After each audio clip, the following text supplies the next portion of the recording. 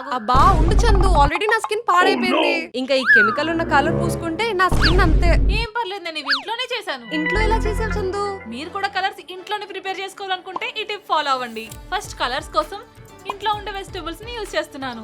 For example green colour కోసం spinach ని blender లో పెట్టి స్మూత్ గా బ్లెండ్ చేస్తున్నాను. ఇప్పుడు దీన్ని ఒక క్లాత్ ఉన్న బౌల్ లోకి ట్రాన్స్ఫర్ చేసుకుని ఆ వాటర్ ని సెపరేట్ చేసుకుంటున్నాను. ఇదే విధంగా బీట్రూట్ ని రెడ్ కలర్ కోసం, అలాగే పసుపుని ఎల్లో కలర్ కోసం యూజ్ చేస్తున్నాను. చూసారా, మన వాటర్ కలర్స్ రెడీ అయిపోయాయి. ఇప్పుడు వీటిలో కార్న్ ఫ్లోర్ యాడ్ చేసుకుని మిక్స్ చేసుకోవాలి. చూసారా, కన్సిస్టెన్సీ అనేది ఇలా ఉండాలి.